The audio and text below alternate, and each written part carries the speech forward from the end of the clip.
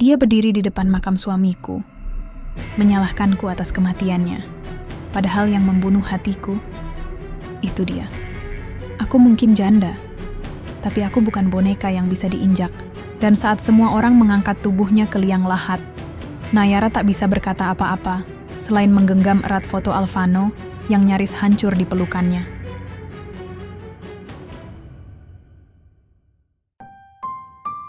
Tanah masih basah. Aroma bunga Kamboja menyatu dengan hujan yang mengguyur sejak pagi. Langit tak menunjukkan belas kasih. Sebagaimana manusia-manusia yang berdiri di sekeliling makam itu, sebagian besar hanya diam, seolah menyimpan kecurigaan, seolah Nayara adalah pusat dari segala tragedi. Nayara, suara tajam itu datang tak lama setelah doa ditutup dengan amin yang serempak. Tubuh Nayara yang setengah tertunduk mendadak menegang. Ia tak perlu menoleh untuk tahu siapa yang memanggilnya. "Apa kau puas sekarang?" Lanjut suara itu. Ibu Arvina, wanita berusia 50-an dengan riasan yang tak luntur meski diguyur gerimis, melangkah cepat. Wajahnya merah oleh amarah. Di hadapan makam anaknya yang baru saja dikubur, ia menunjuk tepat ke wajah Nayara. "Kalau saja Alvano tidak menikah denganmu, dia pasti masih hidup hari ini." Ucapan itu menggema lebih keras dari suara petir yang menggelegar di kejauhan. Beberapa pelayat menunduk, beberapa lainnya menatap Nayara dengan pandangan iba. Namun tak satu pun yang berani membela. Nayara hanya berdiri di sana. Tubuhnya menggigil, bukan karena dingin, tapi karena duka yang bertubi-tubi. Hatinya sudah remuk oleh kepergian Alvano. Tapi kini, ia dihakimi oleh wanita yang seharusnya memeluknya dan berkata, "Kita akan melewati ini bersama." Namun yang ia dapatkan hanyalah tuduhan. Aku mencintai Alvano," ucap Nayara pelan, nyaris tak terdengar. Suaranya gemetar, matanya membasah. Tapi kata-kata itu tak cukup melunakkan kebencian yang sudah lama terpatri di hati Ibu Arvina. "Cinta? Cinta apa yang membunuh anakku? 2 tahun kalian menikah, 2 tahun dan 1 kuburan. Itu hasil dari cintamu." Nayara memejamkan mata, mencoba menahan air mata yang sudah tak terbendung. Ia teringat malam terakhir bersama Alvano. Tubuh suaminya yang lemas di ranjang rumah sakit. Genggaman tangan mereka yang tak pernah lepas sampai detik-detik terakhir. Dokter berkata gagal jantung. Mendadak, tanpa gejala. Nayara bahkan masih bisa mengingat suara monitor yang tiba-tiba memekik nyaring, menghantam kepalanya seperti palu godam. Lalu semuanya gelap. Tapi semua itu tak berarti bagi Ibu Arvina. "Mulai sekarang, jangan pernah datang ke rumahku lagi.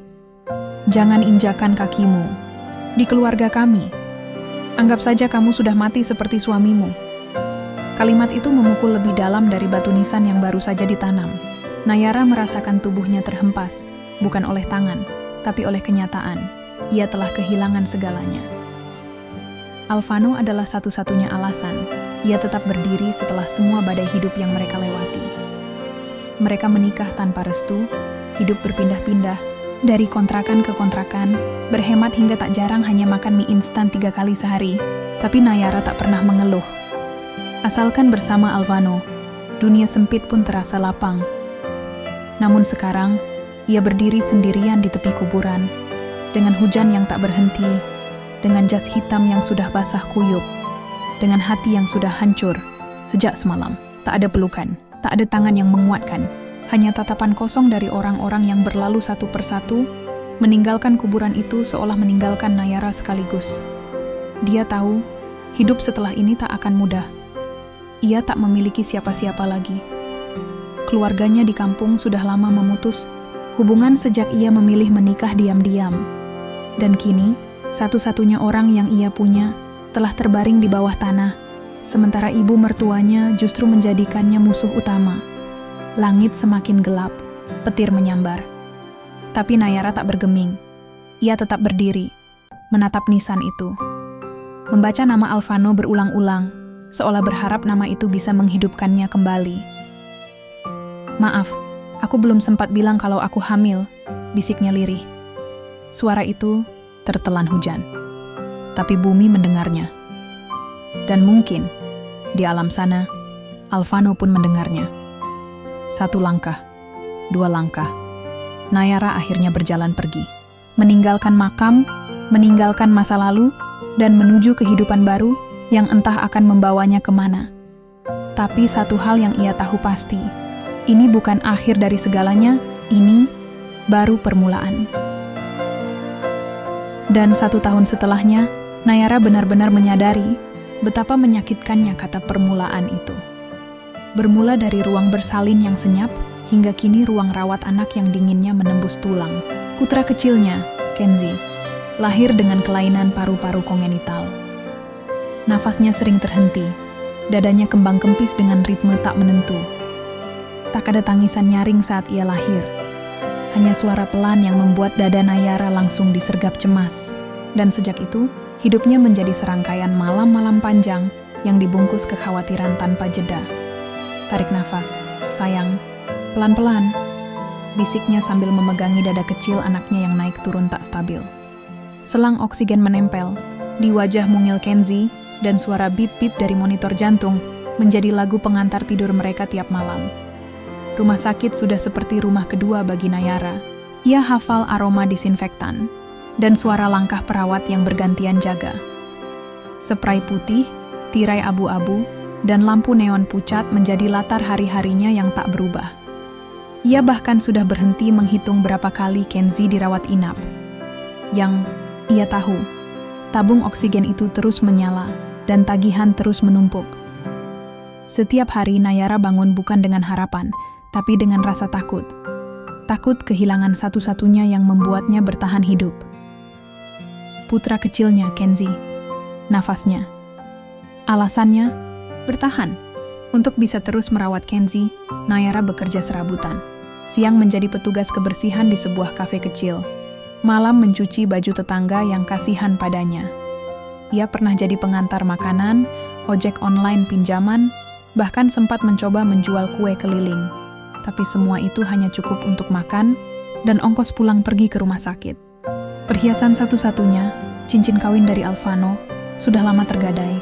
Sejumlah uang dari hasil menggadaikannya habis dalam hitungan hari, menyisakan ruang kosong di jari manis dan di hati. Ia pernah mencoba mengajukan pinjaman ke lembaga keuangan, tapi ditolak mentah-mentah karena tidak punya slip gaji tetap.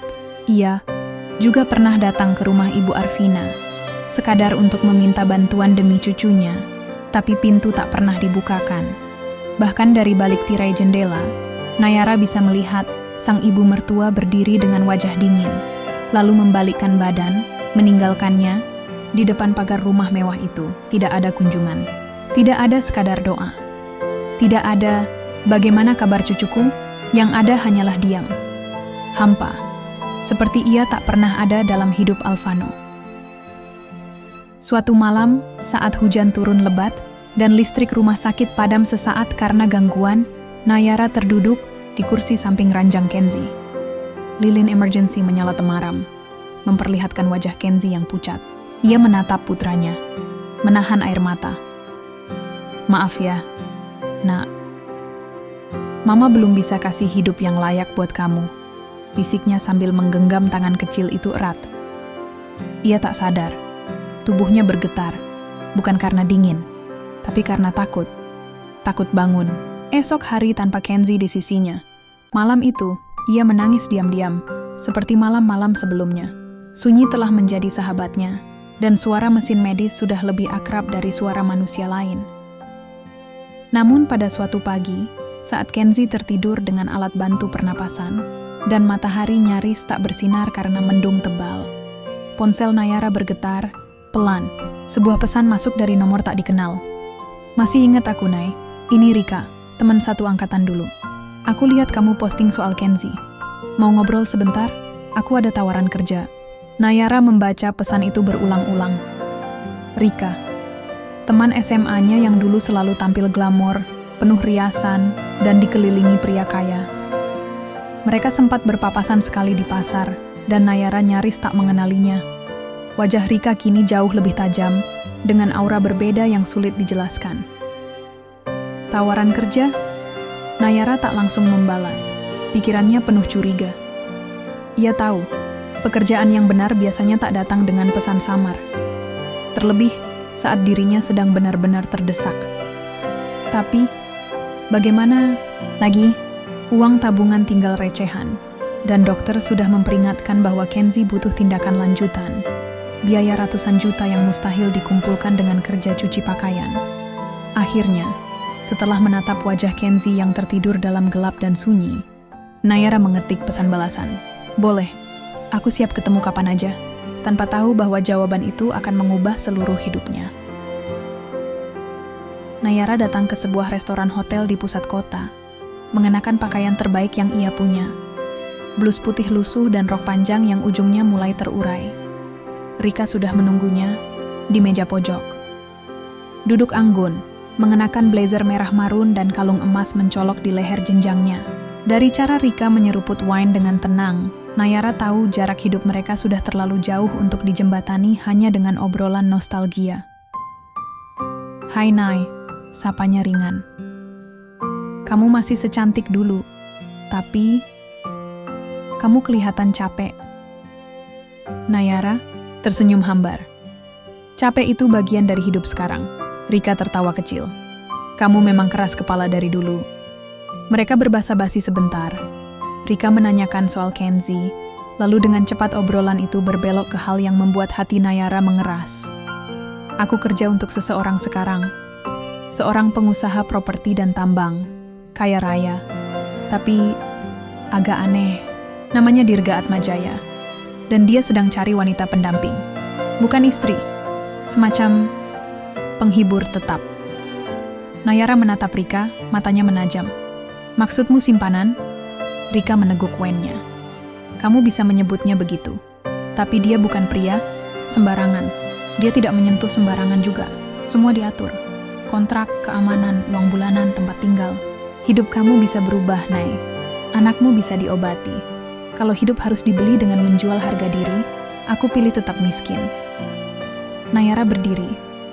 Kursi bergeser kasar di lantai marmer. Namun sebelum ia pergi, Rika berkata lirih, jangan terlalu cepat menolak sebelum tahu siapa yang benar-benar kau hadapi. 2 hari kemudian, Kenzi kembali kambuh. Napasnya tersengal. Bibirnya membiru. Paru-parunya terdengar berdetak aneh, seperti suara plastik diremas-remas. Rumah sakit menolak menerima rawat inap sebelum pembayaran tagihan sebelumnya dilunasi. Nayara panik. Ia berlari ke sana kemari mencari pinjaman. Tidak ada satupun yang bersedia menolong. Dalam keputusasaan, ia duduk di halte depan rumah sakit. Mendekap tubuh Kenzi yang menggigil dalam selimut tipis. Air matanya menetes tanpa suara. Maaf, Nak. Mama sudah kehabisan cara. Ponselnya bergetar. Sebuah pesan dari Rika. Kalau kamu siap, dia bisa temui kamu malam ini. Hotel Bintang 5, Suite 702. Nayara terdiam. Lama. Hatinya berontak. Tapi tubuhnya bergerak. Suite 702. Langit malam kelabu di luar jendela lebar. Lampu gantung kristal menyala temaram, menumpahkan cahaya lembut di atas sofa kulit mahal. Dirga Atmajaya berdiri membelakanginya, mengenakan kemeja hitam dan celana abu gelap. Wajahnya dingin, rahangnya tajam, sorot matanya gelap, seperti menyimpan ribuan rahasia. Duduklah, ucapnya tanpa menoleh. Nayara menelan ludah. Ia duduk, tapi tubuhnya tegang, seperti senar biola yang ditarik terlalu kencang. Rika sudah jelaskan semuanya, Nayara mengangguk. Kalau maksud Anda menyuruh saya menjual diri, saya tidak akan melakukannya. Meski anak saya sekarat, Dirga menoleh perlahan, wajahnya tenang. Menarik, sebagian besar wanita yang datang ke sini biasanya langsung menawarkan diri tanpa perlu saya minta. Saya bukan mereka, jawab Nayara cepat. Dirga duduk di hadapannya. Ia membuka map kecil di meja, menarik selembar cek kosong dan mengisi angka. 100 juta rupiah. Dia mendorong cek itu ke arah Nayara. Ini untuk anakmu. Aku tahu Kenzi butuh perawatan secepatnya. Nayara memandang cek itu seperti melihat api. Apa ini? Bayaran pertama untuk menyentuh saya malam ini? Aku tidak akan menyentuhmu, jawab Dirga datar. Aku tidak tertarik pada tubuhmu. Aku tertarik pada kesetiaanmu dan caramu mencintai anakmu. Kalau begitu, kenapa kau bayar aku? Dirga bersandar ke sofa. Karena aku ingin tahu sampai di mana batas seseorang akan bertahan demi orang yang ia cintai. Kau sudah melewati banyak, tapi masih bertahan. Itu langka. Jadi ini semacam eksperimen psikologis? Nada suara Nayara meninggi. Ini awal dari sebuah perjanjian. Tapi kamu bebas memilih, kata Dirga sambil berdiri. Ambil uang itu, gunakan untuk Kenzi. Setelah itu, kamu bebas pergi. Tapi jika suatu hari kamu merasa dunia tak berpihak, datanglah lagi. Kali ini bukan sebagai korban, tapi sebagai sekutu. Nayara bangkit perlahan. Ia meraih cek itu dengan tangan gemetar. Kau, seperti iblis yang menyamar jadi penyelamat. Dan kau, Dirga menatap matanya tajam, adalah malaikat yang akan jatuh jika dunia terus menendangmu. Malam itu, Nayara pulang dengan uang di dalam tas dan Kenzi dalam pelukannya. Ia tidak tahu apakah ia telah menyelamatkan anaknya, atau justru mulai menghancurkan dirinya sendiri. Tapi pagi itu, untuk pertama kalinya dalam setahun, Kenzi bisa tersenyum sambil memakan bubur ayam tanpa alat bantu pernapasan. Enak, Ma, gumamnya lemah, tapi ada cahaya di matanya. Nayara membelai rambut anaknya dengan hati gemetar. Air matanya nyaris jatuh, namun ia tahan. Bukan karena tak ingin menangis, tapi karena terlalu sering menangis hingga tangisnya kehilangan bentuk. Yang tersisa kini hanya napas syukur dan debu rasa bersalah yang tak bisa dihapuskan. Dengan uang dari Dirga, ia bisa membayar pengobatan terbaik. Dokter spesialis mulai mengambil alih penanganan Kenzi. Apartemen kecil di pinggiran kota menjadi tempat tinggal baru mereka. Tak mewah, tapi bersih dan cukup tenang. Nayara bahkan bisa membeli makanan bergizi, pakaian layak, dan perlengkapan sekolah kecil untuk Kenzi, meski anak itu masih belum cukup sehat untuk masuk taman kanak-kanak. Namun semua perubahan itu datang bersama sesuatu yang tak kalah tajam dari kemiskinan, penghakiman. Itu si Nayara kan? Yang suaminya meninggal 2 tahun lalu? Sekarang turun dari mobil mewah. Iya, katanya tinggal di apartemen sekarang. Dulu katanya bersih, ternyata perempuan seperti itu juga bisa beruan. Pantas mukanya makin cantik. Duit haram, pasti. Gimana enggak kalau tiap malam dijemput laki-laki tua yang bukan suaminya. Kata-kata itu menyelinap ke kuping Nayara dari balik pintu, jendela, lorong, bahkan saat ia membeli sayur di warung. Pandangan yang dulu iba kini berubah menjadi sinis. Beberapa anak kecil bahkan dicegah mendekat Kenzi. Tapi Nayara diam. Ia telah memilih jalannya sendiri, dan pada jalur itu, ia memilih untuk tidak membela diri. Sampai pada suatu siang, mobil hitam mengantarnya pulang dari rumah sakit. Dirga hanya menyetir, tak berkata apa-apa selama perjalanan. Pria itu memang tak pernah bicara lebih dari perlu, dan Nayara tak pernah bertanya lebih dari yang harus ia tahu. Begitu turun dari mobil, langkahnya terhenti oleh suara yang sangat ia kenal. Suara yang dulu menghakiminya di pemakaman Alvano. Suara yang dingin dan tajam seperti belati, Ibu Arvina. Bagus sekali, ucap perempuan itu dari depan pagar rumah tetangganya. Kini kau sudah tak perlu pura-pura. Turun dari mobil pria bukan suamimu, dengan pakaian mahal dan wajah berdandan. Nayara menatapnya. Bu, jangan panggil aku ibu, bentaknya. Kau pembawa sial yang sudah merenggut nyawa anakku. Dan sekarang kau menjadi perempuan murahan demi uang? Ini hasil didikan siapa, hah? Ibumu pasti menyesal punya anak. Sepertimu, tetangga mulai berdatangan. Pandangan mereka haus akan drama. Hidung mereka mencium aroma gosip seperti hiu mencium darah. Aku melakukan ini demi Kenzi, ujar Nayara pelan, tapi jelas. Suaranya gemetar. Demi cucumu juga. Jangan bawa-bawa cucuku dalam lumpur yang kau cipta sendiri. Ibu Arvina mendekat, wajahnya memerah. Aku lebih rela dia mati miskin daripada diselamatkan dari uang hasil kau menjual diri. Tamparan, itu datang begitu cepat. Sekeras hinaan yang tak bisa dibalas. Tapi Nayara hanya berdiri diam. Pipinya merah, matanya berair. Ia tahu, jika ia menjawab, maka semua luka akan jadi bara. Jika ia melawan, maka Kenzi akan jadi korbannya. Sudah selesai? Bu? Tanyanya pelan, nyaris berbisik. Belum! Ibu Arvina menunjuk ke wajahnya. Aku akan pastikan semua orang tahu engkau perempuan najis yang menjual tubuhnya untuk menyelamatkan anak. Biar semua tahu, agar tak ada yang percaya wajah suci palsumu. Nayara mengangguk sekali. Silakan Bu, sebarkan. Tapi jangan lupa tambahkan satu hal, bahwa perempuan najis ini masih lebih mencintai cucumu dibanding nenek kandungnya sendiri. Suasana mendadak hening. Ibu Arvina memucat. Tapi sebelum ia bisa membalas, Nayara sudah berjalan masuk ke gedung apartemen. Langkahnya pelan, tapi setiap hentakan membawa luka yang tak terlihat oleh mata orang lain. Malam itu, di dalam kamar, Kenzi tertidur dengan boneka beruang kecil yang dibelikan Nayara dari toko murah. Nayara duduk di samping ranjang, menatap wajah mungil itu dengan hati hancur. Apa Mama sudah terlalu jauh, Nak? Bisiknya. Apa Mama sudah berubah jadi perempuan jahat seperti kata mereka? Tapi Kenzi hanya mendengkur pelan, dan dalam tidurnya, ia menggenggam jari ibunya. Sekuat-kuatnya penghakiman dunia, sentuhan itu tetap membuat Nayara merasa hidup. Meski berdosa di mata mereka, di mata Kenzi, ia tetap rumah. Dan itu, baginya, cukup untuk bertahan 1 hari lagi. Hari berganti. Luka tak pernah benar-benar sembuh, tapi Nayara belajar berjalan bersamanya. Ia mulai terbiasa hidup dalam bisik-bisik, menahan tatapan menusuk yang menilai dirinya hanya dari cerita setengah jadi. Namun di antara semua tekanan, Dirga justru mulai menunjukkan sisi yang tak pernah Nayara duga.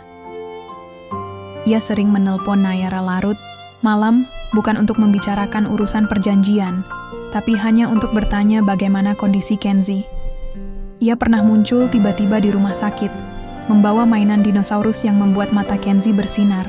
Pernah pula ia duduk di sudut ruang rawat, diam selama 2 jam, hanya untuk menemani Nayara yang kelelahan menjaga anaknya.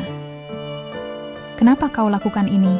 tanya Nayara suatu malam saat mereka duduk di mobil, menatap hujan dari dalam kabin. "Karena aku ingin," jawab Dirga singkat. "Dan karena kau membayar, ya." Nayara memalingkan wajah. Dirga terdiam cukup lama sebelum menjawab.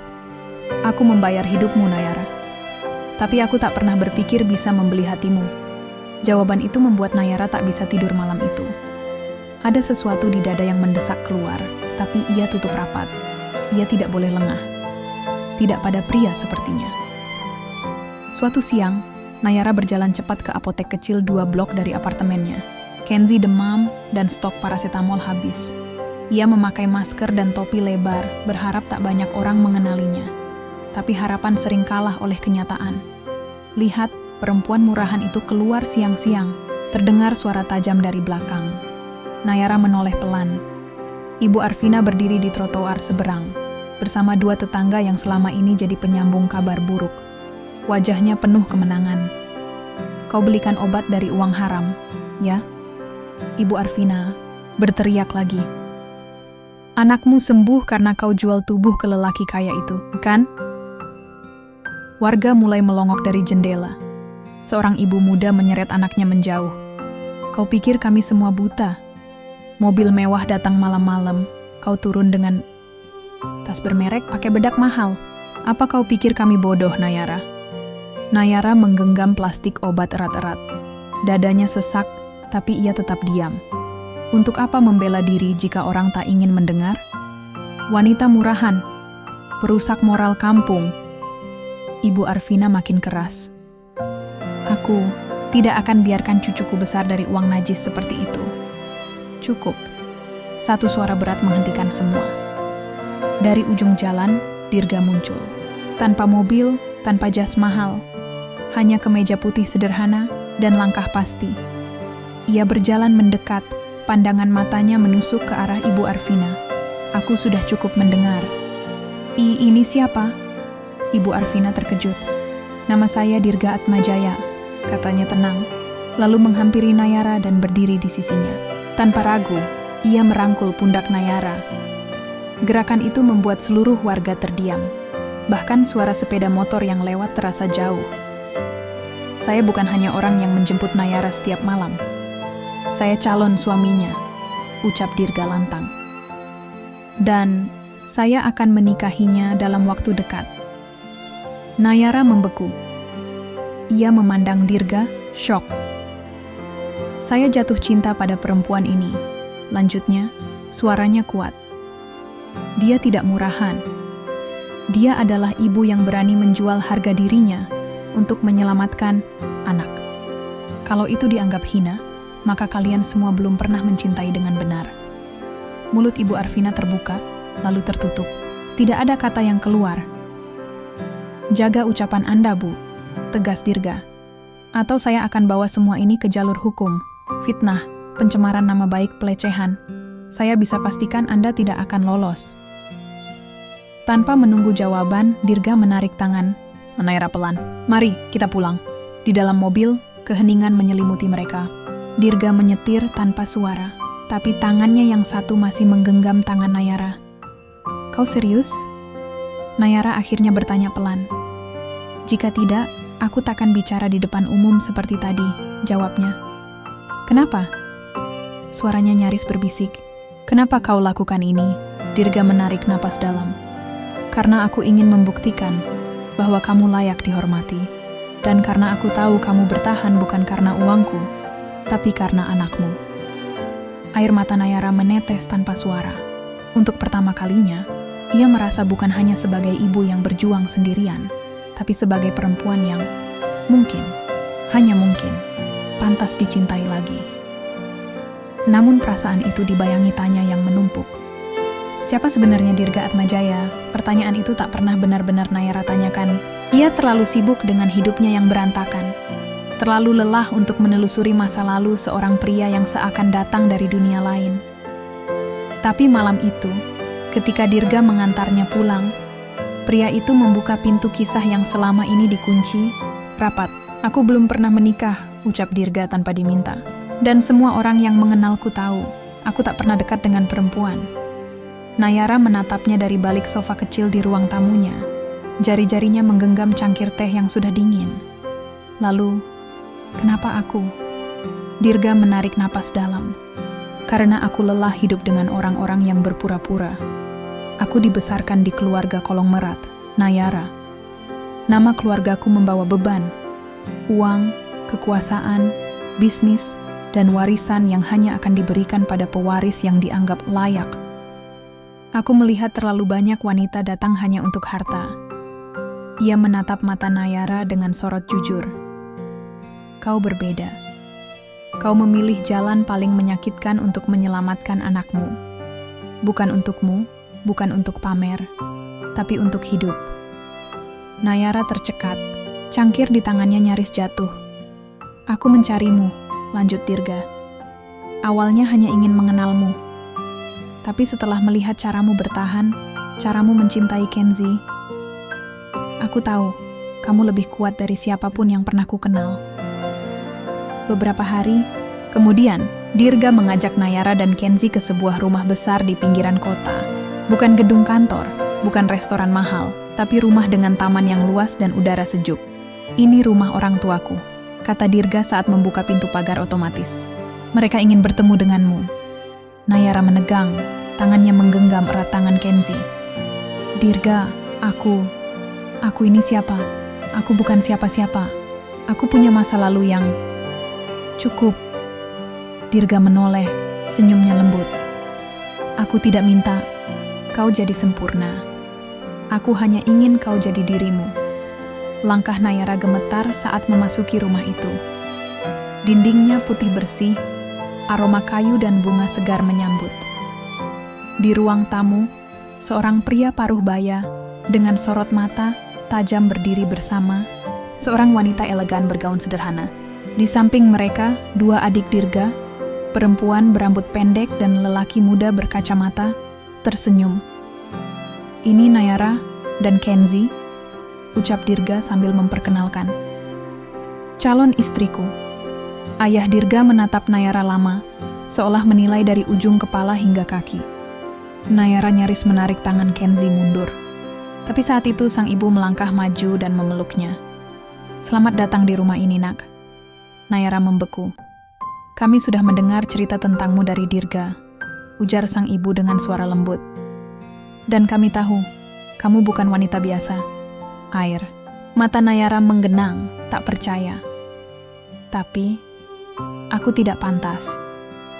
Justru karena kamu merasa tidak pantas, maka kamu layak," jawab ayah Dirga, akhirnya bicara. "Kau bertahan bukan karena uang. Kau bertahan karena cinta. Itu kekuatan yang keluarga ini butuhkan." Malam itu, untuk pertama kalinya dalam hidupnya, Nayara makan malam di meja panjang bersama orang-orang yang menerimanya tanpa syarat. Kenzi duduk di pangkuan Dirga, tertawa saat diberi potongan kecil, ayam panggang oleh adik Dirga. Suara tawa anaknya memenuhi ruangan, menggantikan kenangan pahit tentang selang oksigen dan mesin monitor. Setelah makan malam, Dirga mengajak Nayara ke taman belakang. Langit penuh bintang. "Kau tahu kenapa aku tak sentuh kamu sejak pertama kita bertemu?" tanya Dirga tiba-tiba. Nayara mengangguk pelan. "Karena kau menghormati aku." "Karena aku mencintaimu," koreksi Dirga. "Dan cinta sejati butuh kesabaran. Jika kau bersedia, Nayara, aku ingin menjalani sisa hidupku bersamamu. Bukan sebagai simpanan, bukan karena utang budi, tapi sebagai istri." Nayara menatap langit. Air matanya jatuh, tapi kali ini bukan karena luka, melainkan karena harapan yang dulu ia kira telah mati, kini perlahan hidup kembali. Dan besok, untuk pertama kalinya, mereka akan memilih baju bersama, bukan untuk ke rumah sakit, tapi untuk bertemu penghulu. Pagi itu, sinar matahari menyusup lembut melalui jendela apartemen kecil mereka. Udara terasa hangat, namun tidak sepanas dada Nayara yang penuh rasa gugup. Di atas ranjang, Kenzi duduk sambil memegangi kotak kecil berwarna perak yang berisi cincin. Tangannya yang mungil menggenggamnya erat, seperti tahu betapa pentingnya peran yang akan ia jalani hari ini. "Mama cantik banget," ujar Kenzi dengan suara lirih. Matanya berbinar melihat Nayara yang mengenakan kebaya putih gading berhias, sulaman bunga. Nayara tersenyum, menahan air mata yang hampir jatuh. Ia mengusap pipi anaknya lembut. "Kamu yang paling tampan hari ini, pembawa cincin mama yang gagah." Dan ketika mereka melangkah keluar, sebuah mobil hitam menjemput mereka. Dirga sudah menunggu di dalam, mengenakan beskap krem dengan senyum tak lepas dari wajahnya. "Siap untuk hari besar kita?" tanyanya sambil menggenggam tangan Nayara. Nayara hanya mengangguk, suaranya hilang oleh haru yang menggenang di dadanya. Gedung pernikahan tak mewah, tapi tertata elegan. Nuansa putih dan hijau muda mendominasi, dipadukan dengan alunan musik lembut yang membuat suasana terasa khidmat. Di tengah-tengah dekorasi itu, Nayara berdiri anggun di atas pelaminan, bersebelahan dengan pria yang selama ini menjadi pelindungnya di tengah badai kehidupan. Satu persatu tamu berdatangan. Yang membuat napas Nayara tercekat adalah ketika melihat Bu Rina, tetangga yang dulu paling lantang mencibirnya, masuk sambil membawa 2 dus kue dan senyum yang terlalu lebar untuk dikenali. "Selamat Mbak Nayara, semoga langgeng, ya." Ucapnya seolah tak pernah menyebut Nayara wanita murahan beberapa bulan lalu. Nayara hanya tersenyum tipis, tidak membalas, tidak menolak. Biarlah waktu yang menjawab segalanya. Ada juga ibu-ibu dari RT sebelah yang datang dengan dandanan penuh usaha, menyelipkan doa-doa panjang, seolah-olah mereka turut membesarkan Nayara selama ini. Namun yang membuat seluruh ruangan menahan napas adalah ketika Ibu Arvina muncul di ambang pintu. Ia tidak membawa bunga, tidak pula tersenyum. Wajahnya datar, matanya berkeliling menilai suasana, lalu berhenti pada Nayara yang kini berdiri tegak dengan mahkota bunga melati di rambutnya.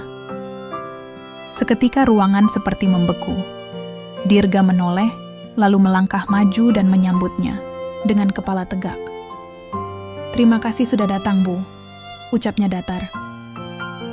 Ibu Arvina tak membalas.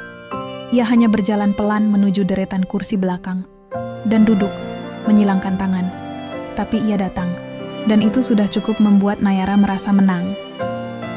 Saat prosesi akad dimulai, semua orang terdiam. Suara penghulu mengalun jelas, menyebut nama Nayara dengan sempurna, menandainya sebagai seorang istri sah. Bukan lagi wanita yang disembunyikan, bukan perempuan yang dipelintir citranya. Tangan Nayara bergetar saat menerima cincin dari Kenzi, yang dengan polosnya berkata, "Mama, ini untuk bahagia selamanya, kan?" "Iya, nak." "Bahagia selamanya," jawab Nayara. Air matanya mengalir. Seketika ruangan dipenuhi tepuk tangan. Bahkan dari tangan-tangan yang dulu mengarah padanya dalam bentuk tudingan, kini berubah menjadi pengakuan. Dan saat itulah, Nayara menatap ke seluruh ruangan, ke wajah-wajah yang dulu menyimpan hinaan, ke ibu mertuanya yang kini duduk terdiam tanpa suara, dan akhirnya ke Kenzi yang memeluknya dari samping. Ia mengangkat dagunya sedikit. "Assalamualaikum," ia berkata. "Aki bukan wanita murahan. Aku ibu. Dan aku menang hari ini, bukan karena pernikahan ini, tapi karena aku tidak pernah menyerah, bahkan saat dunia ingin menjatuhkanku." Malamnya, setelah tamu pulang, pesta selesai, dan gemerlap lampu mulai redup. Nayara duduk di balkon apartemen, masih mengenakan kebaya yang mulai lepas pelan-pelan oleh angin malam. Dirga duduk di sampingnya, memegang tangan Nayara erat. "Masih belum percaya semua ini nyata?" tanyanya pelan. Nayara menoleh. Senyumnya tenang. "Aku percaya, karena aku tahu. Aku sampai ke sini bukan karena keberuntungan, tapi karena luka yang kupeluk hingga sembuh." Dirga mengangguk, lalu mengecup keningnya. "Terima kasih sudah bertahan." Nayara menggeleng pelan. "Aku bertahan bukan untuk hari ini. Aku bertahan karena anakku. Karena aku tak ingin ia tumbuh tanpa tahu bagaimana rasanya dicintai oleh ibunya." Dari dalam, suara tawa Kenzi terdengar. Ia sedang bermain dengan hadiah-hadiah dari tamu, terutama mainan mobil-mobilan yang sudah sejak lama ia impikan, tapi baru hari ini bisa dimiliki. Dan Nayara tahu bahwa ia telah memberi sesuatu pada anaknya yang jauh lebih berharga dari sekadar hadiah. Harga diri, harapan, dan rumah yang utuh meski tak sempurna. Hari itu, dunia mencatat kemenangan kecil Nayara. Bukan kemenangan yang mengubah sejarah, bukan pula yang mengangkat namanya ke langit, tapi kemenangan yang paling tulus, menjadi ibu, menjadi diri sendiri, dan menjadi perempuan yang tak pernah menyerah untuk bahagia.